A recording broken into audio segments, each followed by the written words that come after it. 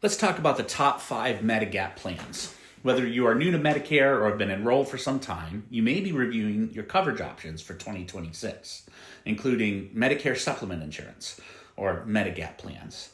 Medicare Supplement plans are designed to help pay certain out-of-pocket costs not covered by original Medicare, Parts A and Parts B, such as deductibles, co-insurance, co-payments.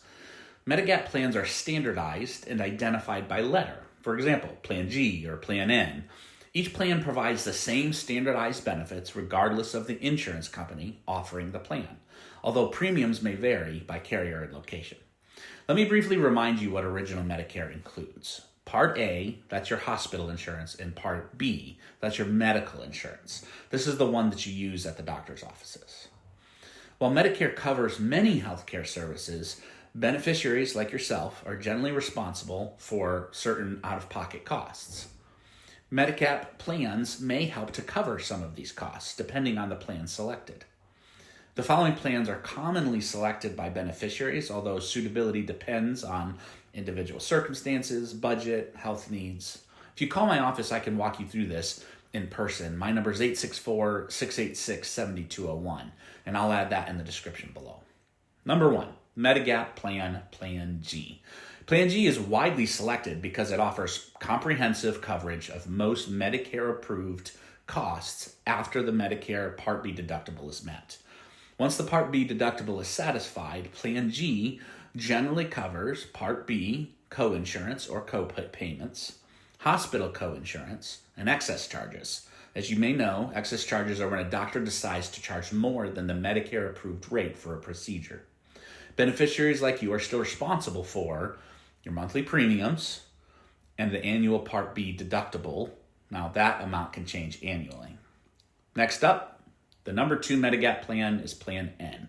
Plan N may have lower monthly premiums compared to some other plans, but includes additional cost sharing. With Plan N, the Part B deductible is still applicable. Copayments may apply for certain doctor or emergency room visits, generally $20 for a doctor visit and $50 for an ER visit where you're not admitted. Plan N does not cover excess charges, but the good news is 95 to 98% of doctors don't charge those. Plan N may work better for individuals who prefer lower premiums and are more comfortable with cost sharing. Number 3 Medigap plan, High Deductible Plan G. High Deductible Plan G offers the same standardized benefits as Plan G after a higher deductible is met. Before the deductible is reached, beneficiaries like you are responsible for Medicare cost sharing amounts.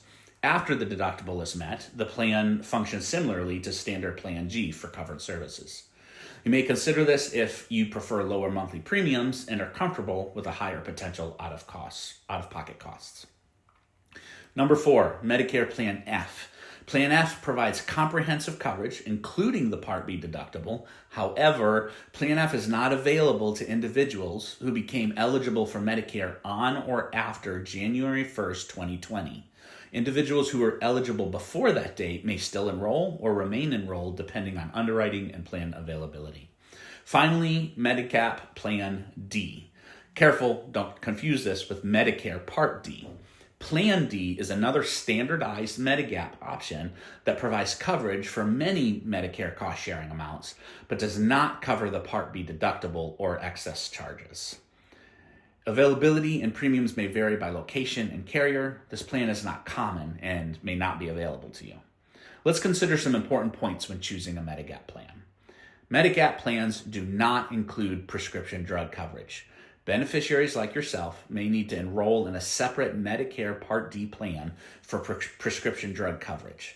This can be done directly on the Medicare website at medicare.gov.